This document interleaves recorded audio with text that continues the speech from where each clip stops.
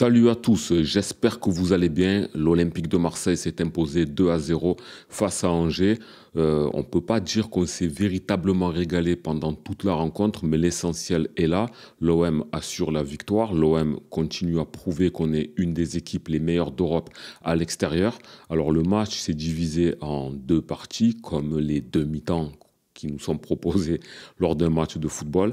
Mais la première, elle était quand même assez tranquille, un peu trop tranquille. L'OM avait la maîtrise, mais face à un bloc très bas angevin, on n'arrivait pas à trouver la solution et on pouvait avoir un petit peu peur de se demander comment on allait trouver la faille. Mais pour être honnête, je me disais qu'on allait à un moment donné arriver à percer le coffre parce que on était tellement au-dessus techniquement, on savait qu'on avait des armes même sur le banc. Lorsque des joueurs étaient fatigués, on pouvait avoir l'arsenal prêt pour pouvoir défoncer le verrou angevin. Donc j'étais un peu frustré dans cette première période, mais pas trop inquiet. Lors de cette première période, le joueur qui s'est mis véritablement en évidence a été Ismaël Bennacer, bien évidemment. Le joueur, la recrue phare de ce mercato hivernal. On l'attendait beaucoup, c'est un joueur de classe internationale.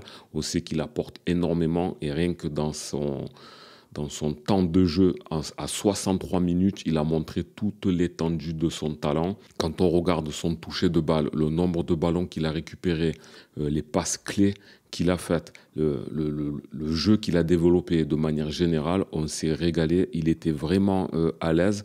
Pas besoin de temps d'adaptation pour un joueur de ce calibre. Et franchement, s'il y avait eu un peu plus de dextérité devant, il aurait pu être gratifié de 1 à 2 passes décisives parce que franchement, ces ballons, c'était du velours. Il arrivait à trouver ses coéquipiers dans le sens où il savait qui était placé où sur le terrain. Franchement, un jeu propre, juste impeccable et ça fait vraiment plaisir d'avoir ce joueur. Surtout l'action qui me vient, c'est à la 25e minute, ce ballon en or qu'il a donné à Merlin, qui a fait tout simplement une passe en retrait au gardien. En tout cas, c'est l'impression qu'on a eue. J'étais assez vénère sur Merlin sur ce coup, parce qu'en fait, tu es un joueur professionnel, tu n'as pas forcément besoin de t'appliquer comme ça. Il a tellement eu peur qu'il a voulu s'appliquer de l'intérieur du pied, alors que c'était un bon ballon. Il était sur son pied gauche, frappe du coup de pied. Cadre. Normalement, elle devrait pouvoir entrer. Au pire, elle rebondit sur le gardien, il y a quelqu'un à l'affût et tu marques. Donc ça prouve que c'est un joueur qui n'est pas forcément trop en confiance, même si aujourd'hui il tente de développer beaucoup de jeux, il a quand même beaucoup d'activités, mais sur le point de vue technique, ça manque cruellement de quelque chose pour Merlin, chose qu'il avait pourtant en début de saison. Et toutes les dernières semaines de Merlin sont résumées uniquement à cette action. Donc c'est pas un joueur que je jette à la cave, que je jette à la poubelle, mais il faut qu'il passe un certain stade de confiance pour pouvoir arriver à faire quelque chose. Je suis sûr que cette action au mois d'août, il aurait mis au fond. Donc c'est dommage parce qu'on peut se dire que si Angers avait réussi à vraiment compresser l'arrière et qu'on n'avait pas trouvé la solution par la suite, on serait revenu en boucle sur cette action. Mais en tout cas, ça nous a permis de voir que l'OM, encore une fois, contrôlait le ballon avec beaucoup de possession.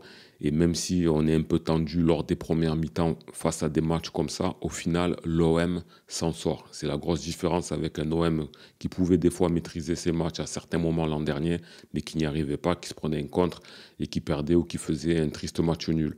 Donc on sait que quand ça démarre comme ça, l'OM peut passer la seconde en deuxième période. En deuxième période, on a eu un OM déjà un petit peu mieux. Il y a des joueurs qui ont commencé à véritablement monter le niveau. Donc, il y avait déjà Bennacer qui continuait son activité. Rabiot a réussi à monter de plus en plus dans le match parce que lui aussi, en première période, comme Luis Enrique, on avait du mal à les trouver. Luis Enrique était meilleur dans le deuxième acte parce que dans le premier, il avait vraiment du mal sur les centres. Il essayait de faire 2-3 bonnes choses par rapport aux qualités qui le caractérisent depuis plusieurs mois. Mais il avait quand même, je trouve, du mal. Après, il avait un volume de jeu un peu mieux sur le point de vue défensif. Il a réussi un petit peu à monter, mais sans être vraiment étincelant comme il nous a habitués lors des dernières semaines. Par contre, Amine Gouiri a réussi à être encore une fois ultra décisif. Je ne sais pas si vous vous souvenez, lorsque j'avais fait le débrief de OM Lyon, la satisfaction que j'avais mis en avant lors de ce match, c'était les corners qui étaient quand même beaucoup mieux tirés qu'Amine Gouiri sur 2 pattes. 2 corners, il avait été 2 fois dangereux parce qu'ils avaient été 2 fois tirés et que ça pouvait être une arme pour l'OM. Ben, finalement, ça n'a pas trompé parce qu'en fait, Rabiot a marqué sur corner parce que tous les corners ont bien été tirés. Ça, c'est une belle satisfaction parce que l'OM ne profite pas de ces aspects.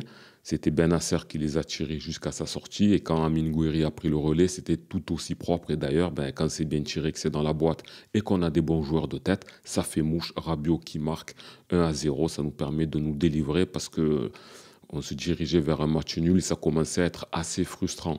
Donc ça a ouvert le match et ça nous a permis de pouvoir mieux euh, contrôler les actions. On était de plus en plus dangereux et encore une fois, Merlin, il est bien servi par Murillo. Attention, alors c'est vrai qu'on dit que c'est un gros raté qu'il a eu vers la 58e minute, mais en vérité, elle n'était pas si facile à mettre. Par contre, il aurait dû voir que la passe était un peu forte, donc ça aurait été peut-être mieux qu'il tente de contrôler pour la mettre en retrait. Donc Merlin, dans les choix, ça n'a pas été trop ça. D'ailleurs, quand il a été remplacé par Dedic, bon, il n'a pas eu énormément de temps de jeu, mais on a vu de suite son côté technique, son côté capable de pouvoir provoquer, alors qu'il est sur le côté gauche, bien qu'il soit droitier. On a vu de suite qu'il était très emballé, qu'il a la confiance, le mental pour tenter quelque chose. Il a harangué le public, il a essayé de vraiment effacer ses vis-à-vis pour tenter d'être décisif. En tout cas, ça augure quelque chose de très bon avec ce joueur. Donc on attend de voir ce que ça va donner, mais tout porte à croire qu'au fur et à mesure, il pourrait peut-être prendre la place de Quentin Merlin au fur et à mesure des semaines qui vont se dérouler. Amine Gouiri ne s'est pas arrêté là parce que Holzberg, qui a été plutôt intéressant, comme à l'accoutumée, il a récupéré un bon ballon. L'OM est parti en profondeur avec Neil Maupay qui a remonté le ballon, qu'il a remis à Gouiri, qui lui a remis instantanément. Neil Maupay, qui venait donc de rentrer, a inscrit un but qui déjà va lui faire du bien parce que c'est un joueur qui ne marque pas beaucoup. En plus, avec l'arrivée de Gouiri, il n'a plus été titulaire. Donc le fait de rentrer et d'être décisif, je pense que c'est quelque chose qui va vraiment l'aider à aller de l'avant. Surtout que c'était le score qui nous permettait de faire le break. Bravo, chapeau, l'action elle était magnifique. Gouiri, 3e passe décisif en 3 matchs. Franchement, il est très précieux. Il peut être aussi à la finition, mais en tout cas, pour l'instant, dans son rôle, il est un peu la plaque tournante avec Rabiot et il distribue de très bons ballons. Donc, on a vraiment des recrues qui sont en confiance. Bennacer, excellent. Gouiri, excellent. L'entrée de Dedic, elle a été assez prometteuse, même si on attend de voir ce que ça va donner sur un match entier, mais c'est vraiment pas mal. On a Adrien Rabiot qui, dans son rôle de milieu offensif, est toujours présent. Quand il touche le ballon, on sent qu'il peut se passer quelque chose. En tout cas, il marque beaucoup. Il me semble que c'est son 5e but de la saison. En tout cas, ça fait 2 d'affilée. C'est vraiment très, très, très, très bon. Et on se contente et on se targue vraiment d'avoir un effectif vraiment, vraiment complet, alors qu'il y a encore quelques joueurs qui ne sont pas encore alignés, comme Ramos, par exemple, Valentin Rongier, qui était précieux, qui n'a pas fait le déplacement, Jonathan Rowe, qui a des belles qualités, mais qui pour l'instant ne joue pas. Donc on a quand même des belles possibilités déjà sur le terrain, mais aussi pour De Zerbi lors de certains changements. En ce qui concerne la défense, ben, ça a été plutôt tranquille. Rulli n'a pas eu beaucoup de travail à faire, si ce n'est dans les arrêts de jeu sur la sortie impeccable qu'il a fait sur Niané. Franchement, il fallait le faire parce que quand on voit au ralenti, il était vraiment sur ses appuis. Il a plongé au bon moment, pas de faute, parfait. Ça nous a permis de pouvoir avoir un clean sheet que l'OM recherchait pour ce début d'année 2025. Donc Rulli, il n'a pas eu l'occasion de vraiment trop s'exprimer. Il a eu une occasion de le faire. Il a fait. Bravo Mino, comme d'habitude. T'es un monstre. En ce qui concerne la défense, bon, elle a été aussi plutôt à l'aise, pépère, parce qu'Angers jouait tellement bas que l'OM n'était pas trop en danger, même s'ils se sont procurés certaines occasions. Si j'étais angevin, je nourrirais des regrets parce que tu as l'impression, les moments où ils ont un peu accéléré, qu'ils pouvaient prendre Balerdi et Cornelius de vitesse. Donc, à avoir tellement peur, ils n'ont pas joué un jeu qui aurait peut-être pu leur permettre de faire quelque chose en contre, parce qu'on sentait quand même qu'il pouvait y avoir de la vitesse. Ils l'ont pas trop tenté, ils ont voulu faire le bloc bas ultra fermé. Donc tant pis pour eux, ça nous a permis à nous de pouvoir gagner et ne pas se faire surprendre face à une équipe qui était largement à notre portée. Donc du coup, Balerdi, il a été averti assez tôt dans le match. C'était pas trop compréhensible pourquoi, parce que le carton jaune, il a vite été dégainé. Ça lui a peut-être un peu rongé son match et de se dire il faut faire attention à ne pas prendre un deuxième jaune, mais il a été quand même assez correct. Il a eu quelques belles interventions, de belles balles devant, quelquefois pris de vitesse, mais bon, de manière globale, il a été bon. Idem pour Cornelius. De Zerbi, je l'ai entendu à l'instant, il est satisfait de lui, il dit qu'il monte en puissance, c'est une réalité. Alors ça n'a pas été fou, mais il a fait 2, 3 belles interventions.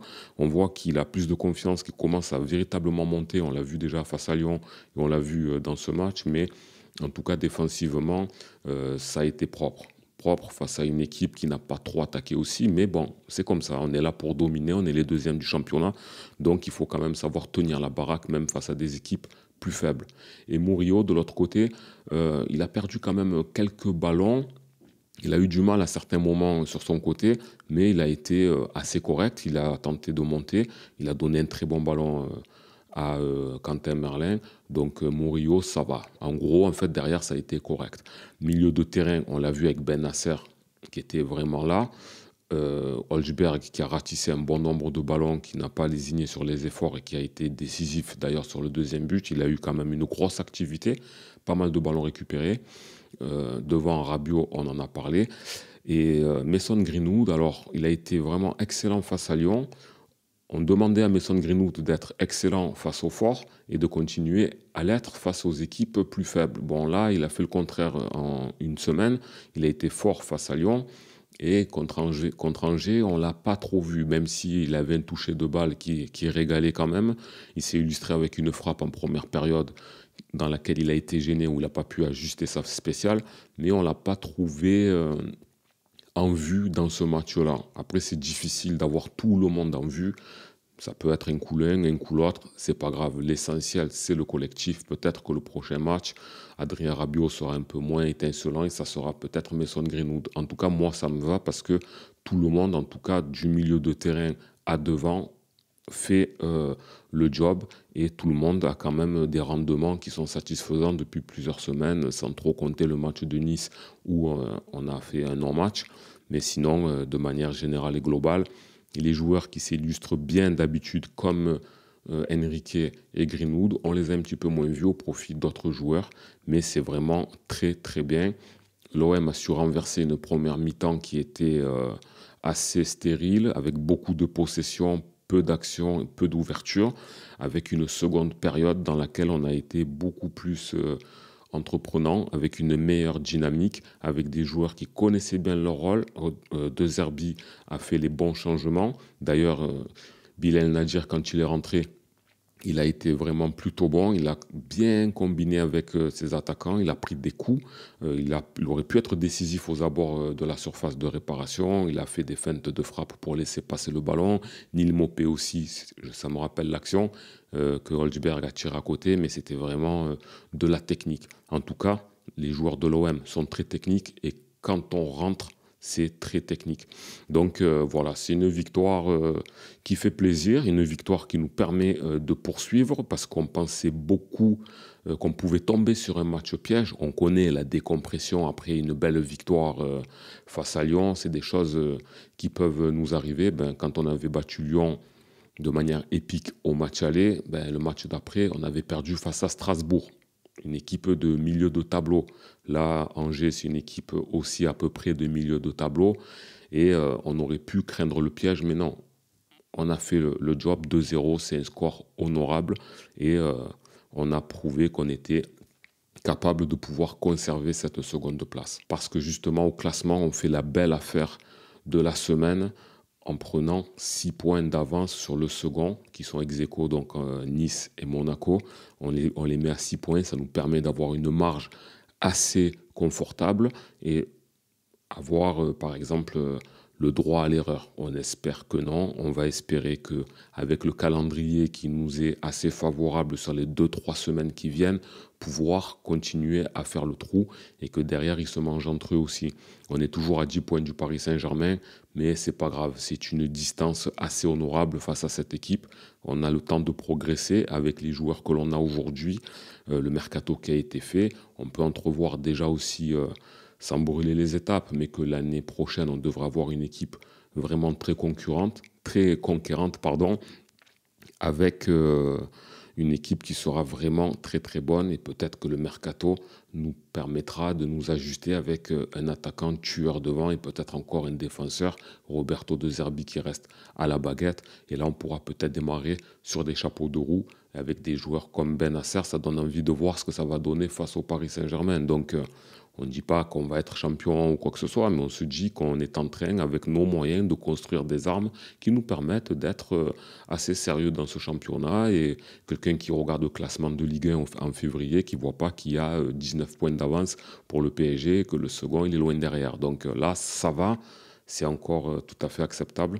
C'est une bonne journée pour l'Olympique de Marseille, que ça continue comme ça. Les recrues ont donné satisfaction. On a été efficace dans les moments où il fallait. Et face à des blocs bas, ben, on n'est plus comme avant puni sur des contres. Et ça, c'est une belle satisfaction. On progresse sur coup de pied arrêté. Et voilà, ça procure du plaisir. Après, en tant que spectateur, on voudrait voir l'OM carburer pendant toute la mi-temps. Mais là, on commence à être un peu trop gourmand.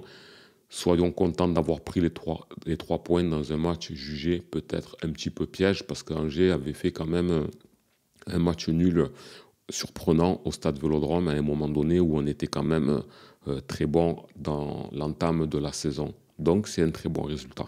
Voilà les gars, n'hésitez pas à me dire vous ce que vous avez pensé de Benacer pour son premier match ainsi que Gouiri par rapport à sa première titularisation. Qu'avez-vous pensé aussi de Dedic? Est-ce que vous pensez qu'il devrait peut-être prendre la place de Merlin? Comment voyez-vous la suite pour l'Olympique de Marseille, sachant qu'on a 6 points d'avance sur les poursuivants? J'attends de vous lire. N'hésitez pas à liker la vidéo, à la partager à vos potes pour faire découvrir la chaîne et à vous abonner pour ceux qui sont nouveaux. C'était Karim Djouf. À la prochaine. Ciao.